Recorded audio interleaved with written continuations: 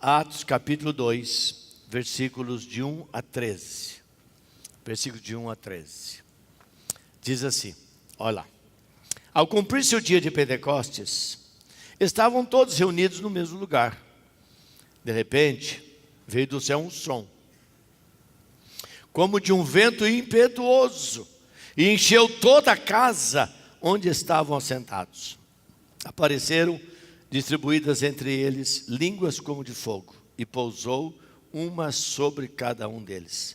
Todos ficaram cheios do Espírito Santo e passaram a falar em outras línguas, segundo o Espírito lhes concedia que falassem. Ora, estava habitando em Jerusalém judeus, homens piedosos, vindos de todas as nações debaixo do céu. Aqui o texto, Lucas registra várias nações, eu contei, tem 18 nações aqui. Versículo 6, quando pois se fez ouvir aquela voz, afluiu a multidão que se possuiu de perplexidade, porquanto cada um os ouvia falar na sua o quê? Própria língua. Estavam pois atônitos e se admiravam dizendo, vede, não são porventura galileus todos esses que aí estão falando? E como os ouvimos falar, cada um em nossa própria língua? Somos partos, medos, elamitas, Judéia, Capadócia, Ponto e Ásia, da Frígia, da Panfilha, do Egito e das regiões da Líbia, nas imediações de Cirene e romanos que aqui residem, tanto judeus como prosélitos, cretenses e arábios. Como os ouvimos falar em nossas próprias línguas as grandezas de Deus? E todos atônitos e perplexos interpelavam uns aos outros. Que quer isso dizer? Outros, porém, zombando, diziam, estão embriagados. Quero falar hoje à noite sobre o derramamento do Espírito Santo. Esse texto é o cumprimento de profecias do Velho Testamento. Deus havia dito lá que um dia Ele ia derramar o seu Espírito sobre a igreja. E Atos capítulo 2 é o cumprimento desta profecia. Houve um momento em que o Espírito Santo desceu. Ele veio e ele iniciou a igreja que Jesus disse, eu edificarei a minha igreja. Jesus dizendo, ele, a igreja é dele, ele é quem edifica a igreja, ele é quem faz grandes obras na vida das pessoas, porque igreja não é prédio, igreja não é isso aqui. Igreja sou eu, igreja é você. Diga para o seu vizinho, você é a igreja de Cristo. Você é a igreja de Cristo. Nós somos a igreja de Cristo. Então veja só, para que o Espírito Santo descesse, Jesus teria que subir. Até Jesus subir, o Espírito Santo não desceu. Porque Jesus disse, eu não vos deixarei órfãos, enviarei outro Consolador, diz lá João capítulo 16, outro Consolador, ele foi um Consolador como Filho, e agora eu vou mandar o outro Consolador, que era o Espírito Santo. Eu já ensinei isso aqui várias vezes, só lembrando, nós temos um Deus triuno, um Deus só, Deus, um Deus, mas que Ele tinha funções diferentes. O próprio Deus, o Pai, Criador de todas as coisas, o Filho, Redentor, e o Espírito Santo, o Consolador. O Filho e o Espírito Santo estavam com o Pai na criação, e todo o tempo do Velho Testamento. O Espírito Santo estava com o Pai, lá na criação, e em todo o tempo do Velho Testamento. O Filho assumiu a sua missão, a sua função, quando nasceu, e quando foi para a cruz, na redenção. E quando ele cumpriu o seu papel, ele sobe. E ele diz, eu vou enviar o Espírito Santo. Então, Jesus subiu e o Espírito Santo desceu. E como que ele desceu? É como Lucas ensina aqui. E aqui está, então, o cumprimento desta palavra. Por isso, irmãos, a grande pergunta aqui é lembrar o que Jesus disse. Lá no capítulo 1 de Atos 1, versículo 4, Jesus fala sobre isso quando ele estava reunido lá em Jerusalém com os seus discípulos. Ele diz assim para os discípulos, na hora da Santa Ceia: e comendo com eles, determinou-lhes. Jesus deu uma determinação, não foi uma opção nem uma sugestão.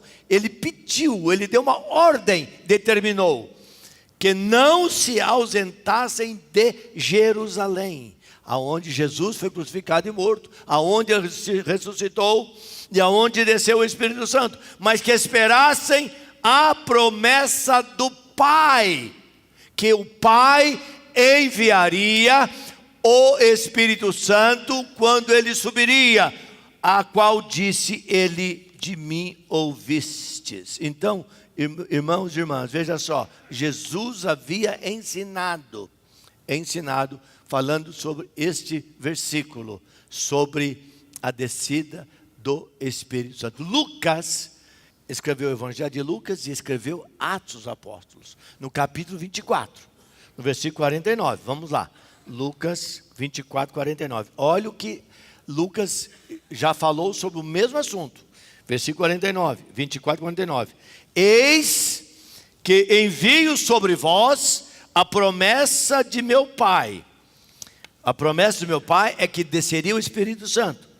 Permanecei, não saiam daí, permanecei, pois na cidade, em Jerusalém, até que do alto, o que ia acontecer? Sejais revestidos do que, meu irmão, minha irmã? Do poder de Deus. Diga, revestidos do poder de Deus.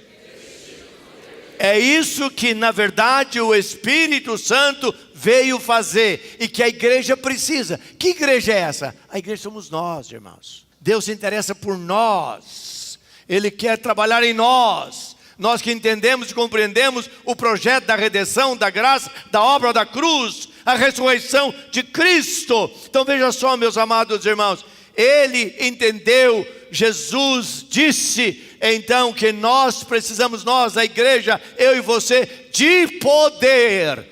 E não se faz a obra de Deus sem o poder dele. Amém? Eu conheço muitos teólogos. Estudei em grandes universidades, estudei em Cambridge University na Inglaterra, grandes teólogos. Estudei no Fuller, onde fiz doutorado, grandes teólogos, mas muitos deles têm muita teoria na cabeça e um coração vazio. Não adianta eu ter teoria na cabeça, se o meu coração não queima do poder do Espírito Santo. Você crê nisso ou não? É isso que Jesus quis ensinar. O ministério não se faz por titulação, o ministério não se faz apenas com sabedoria humana. O ministério se faz por pessoas que estão submissas à vontade de Deus. É claro que Deus usa duas vezes o homem bem formado, a pessoa bem educada. Ele usa pela fé e usa pelo conhecimento. Mas, irmãos, o que Deus mais usa é o poder dele na nossa vida. Que não, a palavra é fria, a letra mata, mas o Espírito vivifica. Se isso, diga amém. Então muitas vezes nós ficamos em torno daquilo que não faz sentido. Irmãos, o que Lucas quer dizer com a chegada do Espírito Santo que foi enviado por Jesus Cristo? O que Lucas quer dizer? Eu quero mencionar algumas coisas e espero usar bem o tempo e falar rapidamente sem ser nem prolixo e nem rápido, e nem muito rápido. Primeiro, o versículo 2 e 3 dizem assim: de repente veio do céu um som como de um vento impetuoso e encheu toda a casa onde estavam assentados. Eles não sabiam quando, não tinha data, não tinha horário, então estavam lá sentados aguardando. O pai mandou ficar aqui, não ficar aqui. 3, e apareceram distribuídas entre eles línguas como de fogo, e pousou uma sobre cada um deles. Primeira verdade aqui nesse texto, primeira verdade é que diz o texto que veio um som como vento impetuoso. O que isso quer dizer?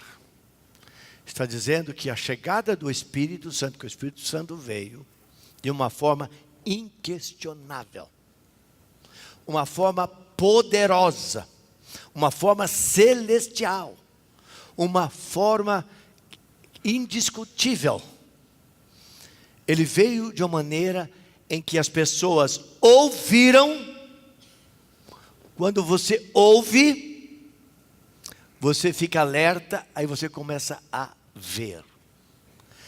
Nessa primeira verdade, o Espírito Santo, para que ficasse claro a descida, o derramamento do Espírito sobre a igreja, sobre os irmãos, sobre essa igreja fundada por Jesus. Ele trabalhou, discipulou os seus discípulos, e através desse ministério muitos outros discípulos, primeiro os apóstolos, depois outros discípulos se agregaram, e diz o texto que haviam cerca de 120 pessoas ali. Uns acham que estavam no cenáculo, outros acham que estavam em alguma sala no templo, outros ao redor do templo. E na verdade isso não é importante o lugar, porque nem a Bíblia fala que é importante, porque a Bíblia não diz. Diz que eles estavam reunidos no mesmo lugar, eles estavam juntos num lugar. Irmãos, eu já fui várias vezes, já entrei várias vezes no cenáculo. O cenáculo não comporta 120 pessoas. Certamente eles estavam em algum lugar maior dentro do templo, mas eles estavam ali. E eles, na verdade, todos eles ouviram a mesma coisa. Ninguém aqui vai ter dúvida alguma, não pode ter confusão. O Espírito Santo, quando chegou, a inauguração da sua presença e o seu ministério, a plenitude do seu ministério, o tempo do seu ministério é claro, é preciso, é verídico, é abençoador e é transformador. Diz que eles então viram, experimentaram isso. Veio do céu, não veio de baixo nem dos lados, veio de cima, veio do céu. A imagem do céu é onde Deus está, é onde o Senhor Deus Pai está. Ele está no seu trono no céu, e de lá Ele opera sobre a terra. Veio de lá um vento que eles ouviram o som. Eles não sentiram o vento, eles ouviram o som. Ninguém mais vai ter dúvidas. Então, aqui isso traz alguns significados. Eu quero explorar um pouquinho o versículo 2 e o versículo 3 com os irmãos. Primeiro, o vento simboliza o Espírito Santo e diz que ele encheu a casa onde eles estavam reunidos. Então o Espírito Santo desceu. Para todo mundo não tivesse dúvida, foi em forma de um grande som de vento. Foi um soprar de vento muito forte. Segundo lugar, irmãos, diz que foi o som do vento, que quer mostrar que tinha poder. Vento tem poder.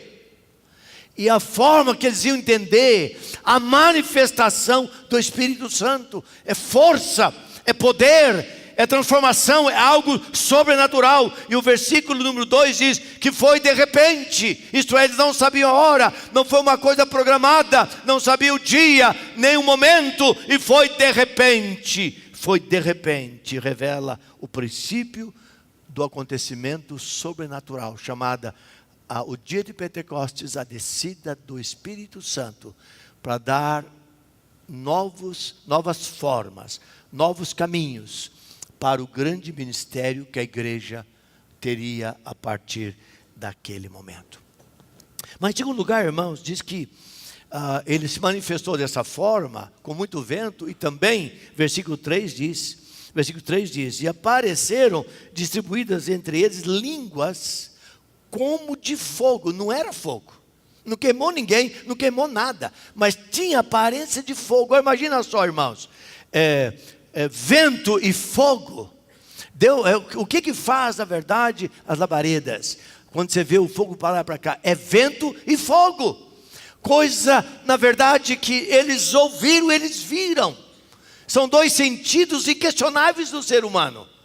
Porque quando às vezes ele não ouve bem, ele enxerga bem. Se enxerga bem, ele ouve bem. De qualquer forma, para que ninguém tivesse dúvida alguma de que ali Deus estava derramando sobre a igreja este grande mover, inaugurando um momento novo sobre a vida daqueles discípulos, daqueles apóstolos, daqueles crentes que ali estavam reunidos.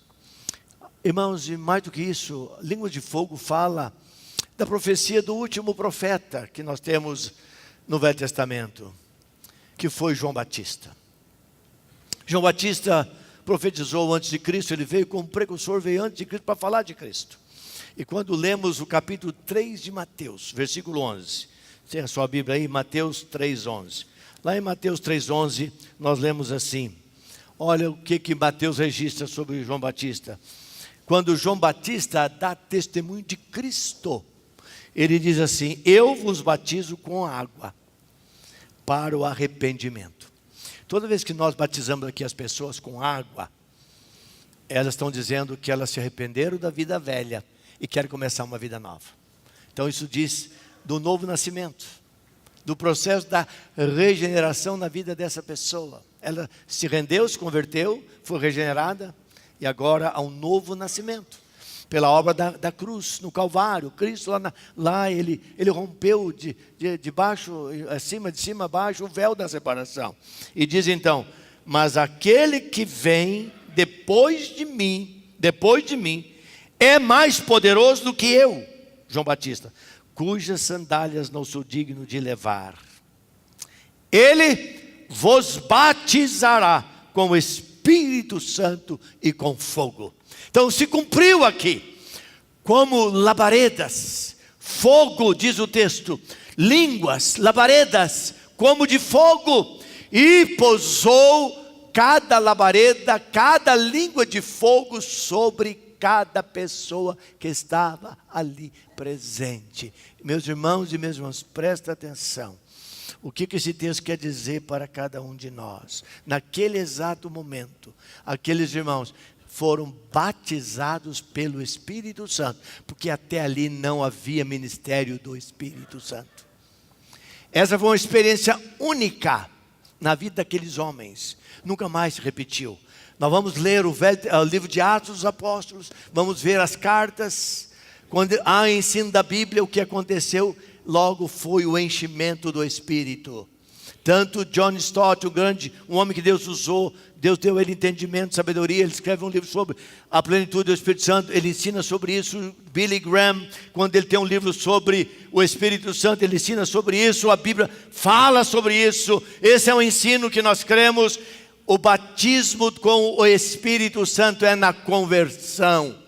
Porque eu não posso entender essa teologia. Eu tenho Jesus, eu sou nova criatura, Jesus é o meu Salvador, eu dou testemunho de como Jesus me salvou, e de repente aquela pessoa está procurando o batismo, ela tem Jesus e não tem o Espírito Santo. Isso não faz sentido, isso é heresia. E não faz sentido. Se eu tenho Jesus, eu tenho que ter o Espírito Santo. Eles não se separam. Ele é Deus. Quando eu sou de Jesus, Pai é meu Pai, Jesus é o meu Redentor, e o Espírito Santo habita em mim. É uma experiência única. Cada um de nós aqui tem que ter uma experiência profunda com Jesus. Sabe, irmãos, às vezes nós acostumamos com a religião, nós acostumamos com o dia a dia, nós nos acomodamos, mas isso não agrada a Deus. Deus quer em nós homens e mulheres dele, e cheios do Espírito Santo. Então você poderia perguntar, mas então existe gente que tem o Espírito Santo e vive apagando o Espírito Santo? Tem, muitos, talvez a maioria. Muitos de nós temos o Espírito Santo, mas nós temos apagado o Espírito Santo. Nós nos damos lugar para Ele, nós não invocamos, nós não conversamos com Ele. Ele quer nos dirigir para um caminho, há uma resistência minha, porque Deus respeita os nossos desejos. E o que tem que fazer? Nós precisamos de ter a experiência do enchimento. Como esses irmãos aqui, Paulo foi batizado no caminho de Damasco, depois ele foi cheio várias vezes. Cada um de nós aqui, na verdade eu já disse aqui esse domingo passado, que a porção de ontem não serve para hoje. Eu pedi que Deus me enchesse ontem, eu tenho que pedir hoje que Ele me encha, amanhã que Ele volte a me encher. O transbordar, todos nós esvaziamos. Se deixar um copo d'água lá, parado numa mesa, não toca nele, ele vai devagarinho evaporando e a água vai embora. Você vê aí quando vem o sol numa poça de lama que tem água, onde o boi bebe, e de repente aquela poça de água, ela fica seca. Porque o calor foi levando para cima a água. Nós precisamos de pedir constantemente o enchimento. Por isso que Paulo nos ensina, e vou chegar lá daqui a pouquinho. Então, meus irmãos, prestem atenção aqui. A habilidade de falar em línguas, no caso aqui, eles falaram cada um na sua própria língua e todos entenderam na sua própria língua. Esta línguas aqui não é a língua que Paulo ensina para disciplinar a igreja em Atos. Paulo, na verdade, ali, ele está organizando a casa. O grande problema, às vezes, meus irmãos, em torno de temas como este, é o entendimento equivocado da Bíblia. É tão clara, é só ler a palavra de Deus. Não é ler um versículo, mas ler o que a palavra de Deus quer ensinar. O Espírito Santo não estava presente até a conversão dos gentios. Eles não sabiam nada disso. Eles teriam que passar pela mesma experiência. E agora o que o Paulo ensina, e nós temos que estar cheios do Espírito Santo. É isso que ele ensina. Então, meus irmãos, o vento, se falar em línguas, vem de dentro do homem como um sinal, como diz o versículo 3, aqui 4, interior do Espírito Santo, o vento e o fogo são sinais exteriores. Então, o Espírito Santo trouxe, Deus trouxe sobre a igreja uma experiência que mostrasse algo do nosso interior com algo, na verdade, misturado, adornado com algo exterior, visível. Você podia ver e ouvir, porque aquilo que você vê e ouve, isso é nítido e isso é tremendo. Então, somente, irmãos, quero dizer para vocês, somente cheios do Espírito Santo, é que nós iremos dar a Ele o controle inteiro da nossa vida. Se você não é cheio do Espírito Santo, você vai guardar coisas para você. Você vai manter a parte do coração para as suas coisas. E Ele não quer isso. Quando as pessoas vêm para o reino de Deus, irmãos, ela vem do jeito que ela é. Ela vem, ela traz seus vícios, ela traz seus hábitos, ela traz seu costume, traz a sua cultura. Nós temos que amar as pessoas como elas chegam, como nós éramos. Depois é um processo, Deus, o Espírito Santo vai tirando. Sabe aquele negócio quando você anda no meio da invernada? Você anda lá, quando você chega de volta de casa, você está cheio de carrapicho. Você andou lá, etc. Você voltou para casa, trouxe os carrapichos. Depois tem que tirar, um por um. Às vezes machuca, às vezes entra um negócio aqui no dedo da gente, fica doendo, etc. É um processo, é um processo. Na vida espiritual, Deus trabalha num processo na nossa vida. Ele diz então, não vos embriagueis com vinho onde há confusão. Deixa para lá, gente. É um povo novo. Estava entendendo, nosso Deus não é mais o Deus da embriaguez, da festa vazia, da confusão da carne, mas diz, mas enchei-vos do Espírito Santo. Amém? Aí quando você é cheio, você viu o que acontece no versículo 19, versículo 20 e 21. Aí ele diz que haja no meio de vós adoração.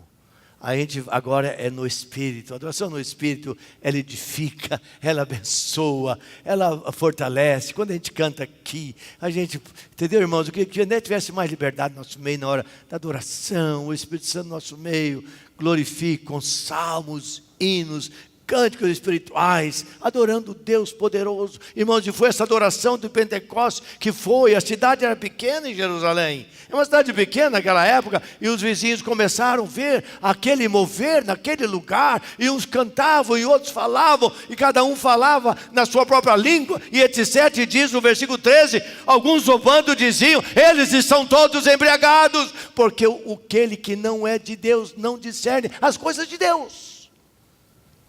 Mas eles estavam ali, na verdade, adorando a Deus. E quando nós terminamos o capítulo 2, na verdade, começa com a descida do Espírito Santo e encerra com a conversão de 3.000 pessoas, de um pregador leigo que falava errado, chamado Pedro, mas na força do Espírito Santo, o Espírito tocou o coração das pessoas, e elas se converteram e foram todas batizadas. Mas a Bíblia é tremenda, a revelação de Deus é perfeita. Revelação perfeita. Não vos conformeis, diz Paulo, com este século, mas transformai-vos pela renovação da vossa mente. Uma mente cheia do Espírito Santo de Deus. Segundo lugar, irmão, segundo lugar. Eu preciso encerrar logo o culto hoje. Versículo 4 diz: todos ficaram cheios do Espírito Santo. Passaram a falar em outras línguas, segundo o Espírito Santo lhes concedesse que falassem. E marcou de uma vez para sempre o ministério do Espírito Santo na igreja. Por isso que diz o versículo aí que eu já li, e lembrando, ele veio, as pessoas estavam lá, ele desceu, ele é soberano, ele vem, eu tenho que estar com o meu coração. Eles estavam na expectativa, ou eles estavam resistentes lá? Não, eles estavam na expectativa. Eles haviam lembrado que Jesus havia dito: permanecer em Jerusalém, fiquem em Jerusalém. Eles estavam na expectativa. E todas as vezes que nós temos expectativa, irmãos e irmãs, as coisas acontecem em nós. Você quer nisso? Não? Acontece em nós. Então ele veio. Sabe, irmãos, ao encher o crente, o Espírito Santo lhe dá poder.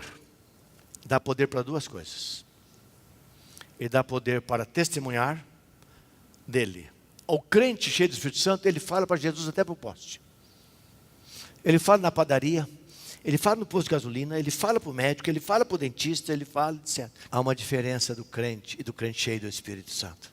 Ele tem ousadia no testemunhar. Ele ora no consultório, ele ora no fórum, ele ora no trabalho, ele ora no posto de gasolina, ele ora na rua, ele ora no restaurante. Quantos crentes vão almoçar no restaurante? Em casa ele faz oração. Não tem ninguém vendo. Tinha um restaurante, ele tem vergonha de orar. Eu vou no restaurante, quem crente que não é crente, fala: ó, antes de a gente comer, vamos fazer uma oração aqui. As pessoas ficam olhando ali, e daí qual? Cuida da vida dele, cuida da minha.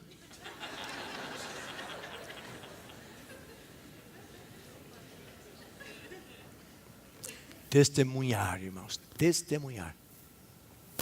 Ousadia, coragem, autoridade, alegria, júbilo. Jesus está na frente. Tem alegria de orar, alegria de jejuar. Estou na célula, abro a minha casa. Se eu não lidero, eu abro a minha casa. Eu quero servir a Deus. E olha, passou perto de mim, ele vai ter que ouvir. É claro que eu vou ser educado, você não adianta ser fanático. Mas tem forma de você falar isso. Na farmácia, onde eu vou? Segunda coisa, irmãos. Primeiro, poder para testemunhar. O crente e o Espírito Santo não testemunham. Ele, no fim, ele dá mau testemunho, ele briga com a mulher, grita em casa, briga com o filho, os vizinhos não gostam dele, tem problema por causa de carro, tem problema porque portão, elevador é problema, ele arranja problema com todo mundo. Ele é crente, ele vai na igreja, pega a Bíblia, que péssimo testemunho.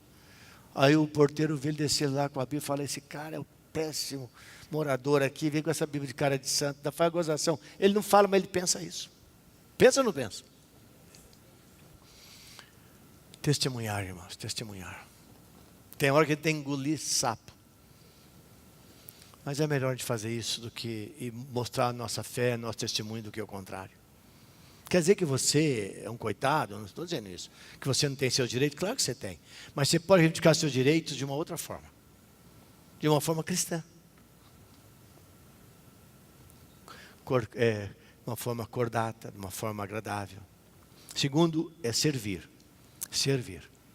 Irmãos, servir é o dom que o Espírito Santo deixou para a igreja.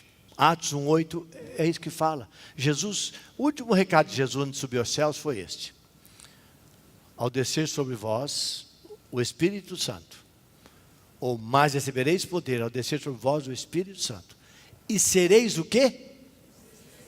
Minhas testemunhas. Aonde? Tanto em Jerusalém, como em toda a Judéia, Samaria e até os confins da terra. O Espírito Santo, irmãos, é dar poder para fazer algo para o reino de Deus. E Ele abençoa aqui que nós fazemos para nós. Quando eu sirvo o reino de Deus, Ele derrama sobre as coisas que eu faço. Por isso que Deus prospera aquele que é fiel. Por isso que, irmãos, a nossa liberalidade, ela gera prosperidade. A minha fidelidade no reino de Deus produz prosperidade. Porque Deus sabe o que nós precisamos. Isso é maravilhoso, isso é tremendo na nossa vida. Então, irmãos, olha, quando eu leio então a Bíblia, eu não vejo que nós somos exortados a buscar o batismo do Espírito Santo. Porque eu fui batizado quando eu me converti. É uma experiência única na minha vida. Mas eu sou exortado a buscar o enchimento. Eu sou exortado a buscar a plenitude do Espírito Santo. Porque eu não sou crente. Se eu não tenho o Espírito Santo, eu não sou crente. E como que o não crente vai pedir por batismo com o Espírito Santo? Vocês, irmãos, estão entendendo ou não? Sim ou não? Então a Bíblia, ela nos encoraja a buscar o enchimento todos os dias na nossa vida. Ele nos exorta. Paulo, a Bíblia, no Testamento, nos ensina a sermos cheios. Eu vou repetir o mesmo versículo. Não vos embriagueis com vinho no qual há dissolução, mas enchei-vos do Espírito Santo. Isso aí, irmãos, é uma exortação. E fala para quê? Leia depois na sua casa, versículo 19, versículo 20 e 21. Fala que nós somos servos, sujeitando-vos uns aos outros no temor do Senhor. Mas para o crente carnal, ele não entende essa linguagem. Então, irmãos e irmãs, caminhando para o encerramento. Em Pentecostes, os cristãos ficaram cheios do Espírito Santo e experimentaram o batismo do Espírito Santo. E depois disso, eles foram novamente cheios, várias vezes, em várias ocasiões. Mas nunca mais receberam outros batismos. Um único batismo. Paulo, quando escreve em Efésios, lá no capítulo 1, ele diz que o Espírito Santo é o selo da nossa salvação. O Espírito Santo é o selo. Então, sou salvo por causa do Espírito Santo na minha vida. É o selo. Vamos ler aqui uns versículos. Atos 4, 31. Tendo eles orado, tremeu o lugar onde estavam reunidos, e todos ficaram cheios. Aqui está falando sobre enchimento, sobre batismo. Todos ficaram cheios do Espírito Santo e com intrepidez. O que eles faziam? Foram trabalhar? Não. Eles anunciavam a palavra de Deus, porque o Espírito Santo dá intrepidez, dá ousadia, dá coragem, e desperta a nossa fé e aumenta a nossa fé. Capítulo Atos, vamos um pouquinho mais para frente. Atos capítulo 9, versículo 17. Atos 9, 17. Diz assim. Atos 9, 17. Olha o que diz aí. Então Ananias foi entrando na casa onde aqui estava Saulo. Saulo havia sido batizado no Espírito Santo quando ele caiu. Quando ele lembra que Paulo estava indo para o caminho de Damasco e ele teve assim, uma experiência como uma grande luz veio sobre ele. Alguém fala que ele caiu do cavalo. Irmãos, eu procurei tanto na Bíblia, nunca achei esse cavalo lá. Eles andavam, eles não tinham cavalo, tinha burro, jumento. Se fosse caiu do jumento, eu até era mais fácil. Cavalo nunca achei. Eu creio que ele, na verdade, estava andando com o povo, etc. E ele teve uma experiência tão forte que as pernas bambearam e ele caiu. Então diz o seguinte. Aí ele foi lá, versículo 17. Impôs Ananias sobre ele as mãos, dizendo: Saulo, irmão, o Senhor me enviou, a saber, o próprio Jesus Cristo, que te apareceu no caminho por onde vinhas, no caminho de Damasco, para que recuperes a vista, porque foi tão forte a luz que ele perdeu a visão. E fiques o quê? Por que falou que cheio e não batizado? Porque ele foi batizado quando ele caiu. Quando ele se converteu, ele falou assim: quem és tu, Senhor? Ele caiu: quem és tu, Senhor? E Deus fala: eu sou Jesus a quem tu persegues. Porque Saulo perseguia os crentes. Quem persegue crente, persegue Jesus. Tome cuidado quando você fala mal de um irmão. Tome muito cuidado quando você critica um irmão da célula. Muito cuidado quando você acusa uma pessoa que é de Deus. Tome muito cuidado, porque você está desagradando o coração de Deus. Saulo estava procurando os crentes para aprisioná-los. E Jesus falou: Saulo, você está me perseguindo. Eu sou Jesus, Saulo. E ali houve a conversão. E depois Ananias foi lá, orou com ele. Ele foi cheio. Porque não adianta ter o Espírito Santo, tem que ser cheios. A ordem é cheio, é enchimento. Transbordar. Transbordar, Espírito Santo transborda. Não estamos falando assim: Espírito Santo, fica aqui com a gente. Não é isso que nós estamos pedindo o que a Bíblia fala. Transborda cada um de nós para fazermos diferença.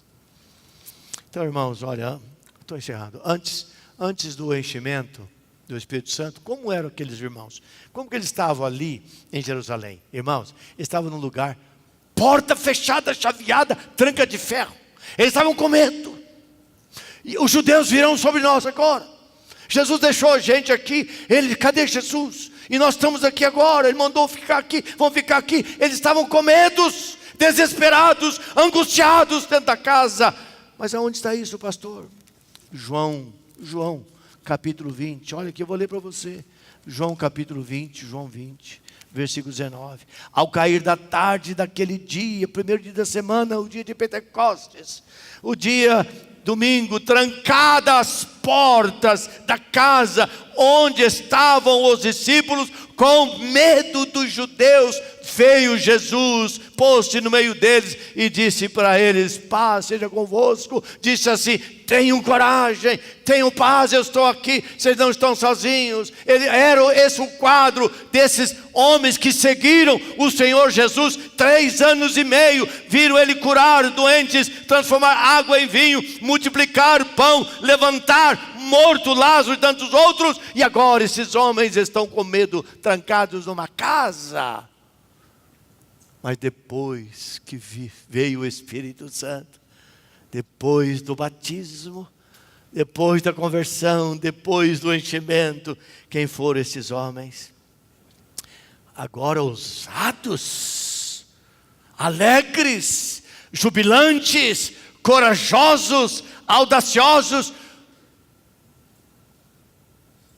disseram para a Suprema Corte de Jerusalém, o Sinédrio: não podemos ouvir a vós outros antes do que ouvirmos a Deus.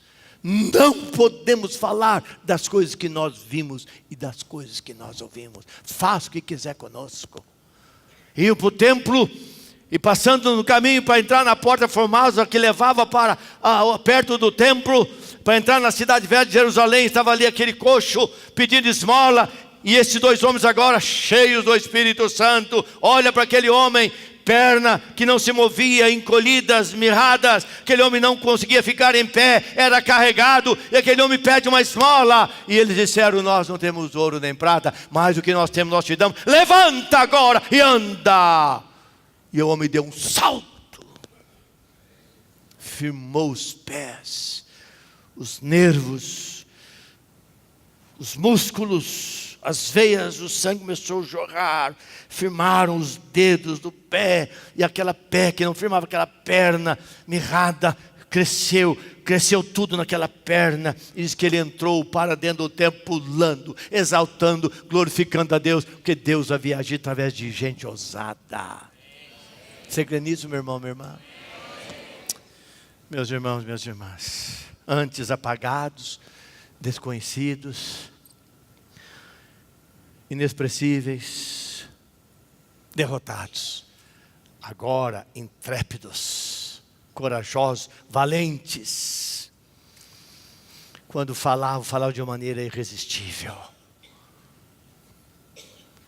Nós não podemos deixar de falar daquilo que nós vimos e ouvimos. E estes homens abalaram o mundo. E o versículo 6, capítulo 17 de Atos, diz assim: quando estava Paulo e Silas foram para a cidade de Tessalônica.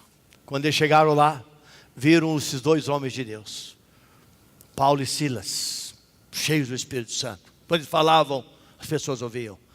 Quando viram falar assim: estes que têm transtornado o mundo, eles chegaram entre nós. Eles chegaram aqui. Irmãos, é assim que a igreja tem que ser vista. É assim que a igreja tem que ser vista. Esta é a forma que Deus quer usar nossos irmãos. Irmãs, presta atenção. Só pelo poder do Espírito Santo que nós como igreja vamos fazer diferença nessa cidade. Com tantas necessidades, não é na religião, não é no nosso cultinho vazio, irmãos. Nossa palavra mingau. Irmãos, é compromisso, é seriedade, é alegria. Porque, irmãos, irmãs, com Ele não tem nada que é grande. Com Ele não tem nada que é impossível. Com Ele todas as coisas são possíveis. Amém? Encerrando. O reverendo Antônio Elias foi um pastor presbiteriano. Irmãos, olha o que ele disse. Se não tenho a plenitude do Espírito Santo, ele disse, se eu não tenho a plenitude do Espírito Santo, eu a desejo. Se eu não tenho, eu a desejo. Aí ele diz assim, se eu já a tenho, eu quero mais. Que seja esse o desejo de cada um de nós. Aleluia. Obrigado, Pai, por essa noite. Ajuda-nos, inspira-nos, levanta-nos, fortalece-nos, sustenta-nos. E, Pai, derrama essa unção sobre cada um de nós.